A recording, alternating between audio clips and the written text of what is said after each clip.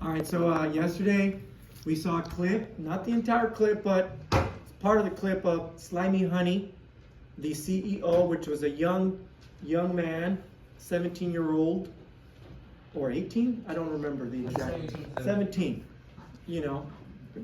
student who had started a slime company of his own, entrepreneur, young man, and he came into the Shark Tank. This is an old episode, but I specifically like this episode because it teaches us the math, some of the math that investors in companies, investors in businesses use to size up the value of a company, whether or not they should invest in that company. There's a lot more to it. Let me tell you that the Sharks, even though you see them, Mark Cuban or whoever, Mr. Wonderful, Damon, they were back there with their little clip charts, whatever, and they're jotting down notes. I told you they already know how to calculate some of the stuff in their head. So growth rate was one of those metrics. How much is the company growing? Growth is everything in a company, okay? If you're not growing, you're dying, and the business is faltering. So when you start a business, how you will examine the health of your business, if you start one or if you should buy one, growth rate 1 year to the next or 1 year to 2 years after, very important to know how to calculate. So this is a simple calculation. What did we get for number one? If the kid reported, now this is reported, doesn't mean the kid was telling us the truth, although he said his mom is a CPA, which means certified public accountant. So apparently his mom deals in numbers, files people's taxes and stuff like that. That's his mom's job. So that lent some credence, right? If I'm the shark, okay, his mom, maybe it's true. So the kid reported $13,000 in profit his first year, 2020, and it went to 2021, $300,000 in profit. Wow. What would be the growth rate then? Who was able to calculate it? Raise your hand. Yeah.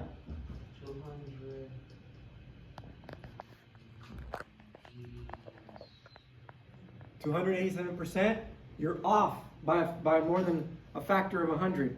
Well, by is it percent? Yeah, it's in percent. Growth rate's in percent, but you're off. But I think you're thinking along the right lines. Okay? What'd you get, Xander? 22%, a little bit. I see what you guys are doing. It's because you've not seen. You've usually seen it in fraction form like this or decimal form, right? This growth is incredible. If true.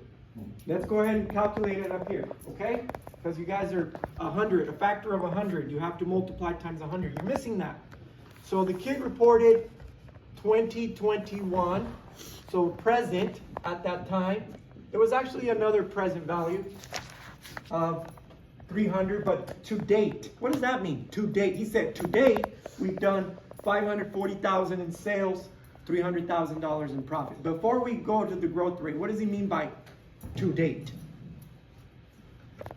Yeah. Where he was at that point in time in the calendar year for his business, right? I don't know when he went into the Shark Tank. That might have been in August or September, right? Is the year over? So is 2023 over? 2022 over when he went over there? Not yet. He said to date. So he's not done with the year. And he already had that much in sales. It could have been August, could have been September. Maybe it was May, who knows? And 300 in profit. So he would probably surpass his previous year's numbers. Okay? Which is amazing.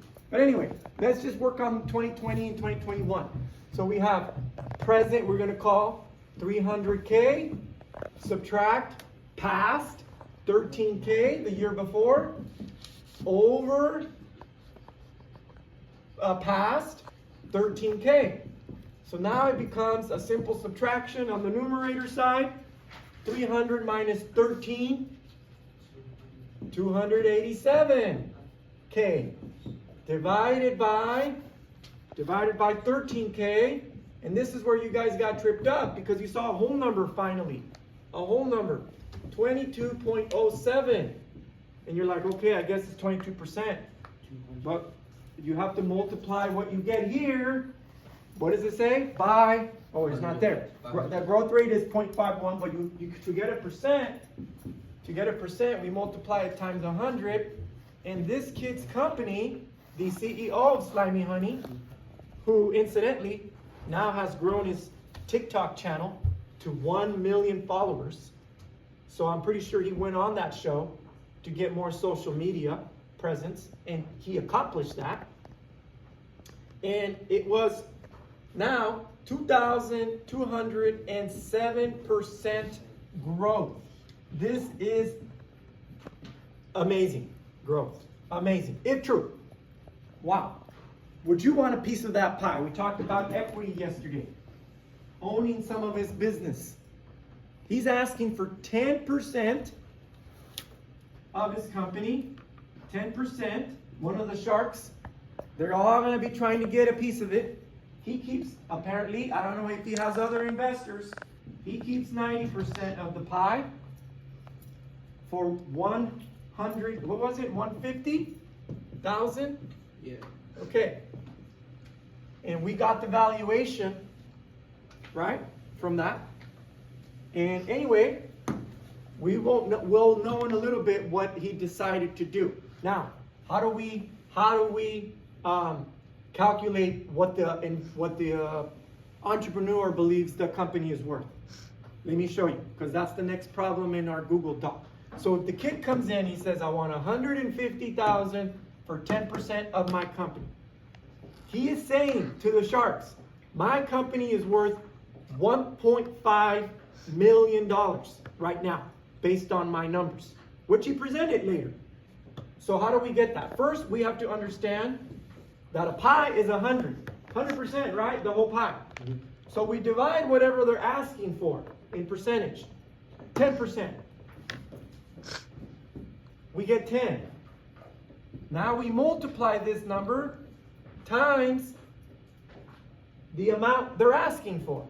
So 150 times 10 gives us $1.5 million. So this kid comes in and he says, my company's worth $1.5 million. And now the sharks already know how to do this in their heads, guys. You have to learn how to do this if you intend to one day sell a company that you've built and ran for 10 years. This kid is on his way to selling that company. If TikTok is still something he has and he owns it still, somebody's going to buy his company. Okay, Mattel is a toy maker. Other toy makers might buy it. Other slime makers, Kinetic Sand, remember how big that hit a few years ago, the Kinetic Sand? Okay, that company might buy his company. At some point, he's going to say, time to sell. And do you think that it's worth 1.5 now? No. Now it's worth more. Okay? And this kid wants to go to UCLA. That's what he said on the video, right? He wants to go to UCLA. Well, let me tell you, he doesn't have to go to UCLA. Okay? This kid doesn't have to go to UCLA.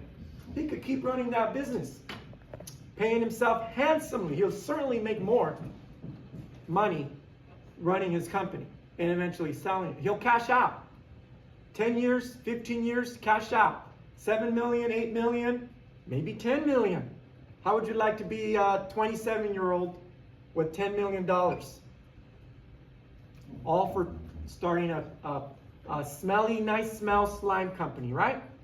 So there we go. Okay, so now, one more problem and then we'll move on. Let's go ahead and have you guys calculate this one. Number 5. It says you have a profitable business. You started one, or maybe you bought one, but now you need cash.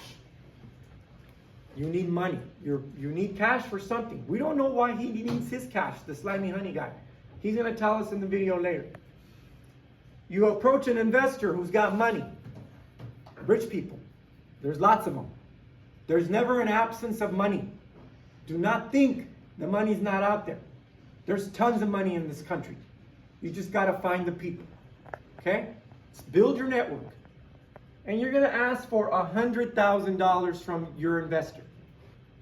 Okay, your whale. We call them whales if they have a lot of money, right? Or companies or hedge funds that have a lot of money.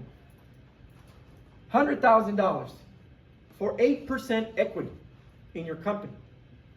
How much are you suggesting that your business is worth? So what did I have you do here? I said, take the number 100 divided by how much you're asking for in equity. In this case, it's 8, not 10. So what's 100 divided by 8? Go ahead and do that on the calculator. 100 divided by 8. What number do you get when you take 100 divided by 8? It's more than 10 now. Oh man, just do it. You can't do it in your head. 100 divided by 8. What'd you get, Ephraim? 12.5. Okay, so you take that number, 12.5, and you times it by how much you want in cash. 100. That's easy. How much are you saying? 100,000, right? 1,000? 1 million. 1 million. It's 12.5 times 100,000, right? So it's $1,250,000. That's what you're saying your company is worth to the investor. Okay? So again, this is just the beginning of learning to value and appraise companies based on certain things. I'm going to teach you more. You'll still have a basic understanding. It won't be like the professionals that go to college and learn how to do this, or some of the people that just know how to do it because they've been doing it before. They've been buying businesses without going to college. You don't have to go to college to buy a business. In fact, let's look at some of the businesses that are available here in Oceanside and Vista, where we live. All I do is I go businesses for sale, Oceanside. And look, there are websites where you can buy certain businesses. Okay? Now, not all of these businesses are worth being bought. You have to look through. You have to do your due diligence. You have to see whether or not you even want a part of the business. Okay? This is the only cannoli. Cash flow is here. I think that says 250,000 or 750. I can't really tell. Okay? They're being sold for $472,000. Nobody wants to spend out of their cash $472,000. No, you do creative financing. There's ways to get into to buy businesses without plopping down that much cash, because a lot of people don't have that. But there's ways to do it. Okay, but I mean, there's an entire list of businesses, and you don't have to necessarily start one. You could get into one. Major brand gas station. This is 7.5 million. Now this, not one person, maybe a couple of people, very rich, some investors get in on it. Okay, this one's an investment and partner opportunity in behavioral health outpatient, 150,000 in Oceanside.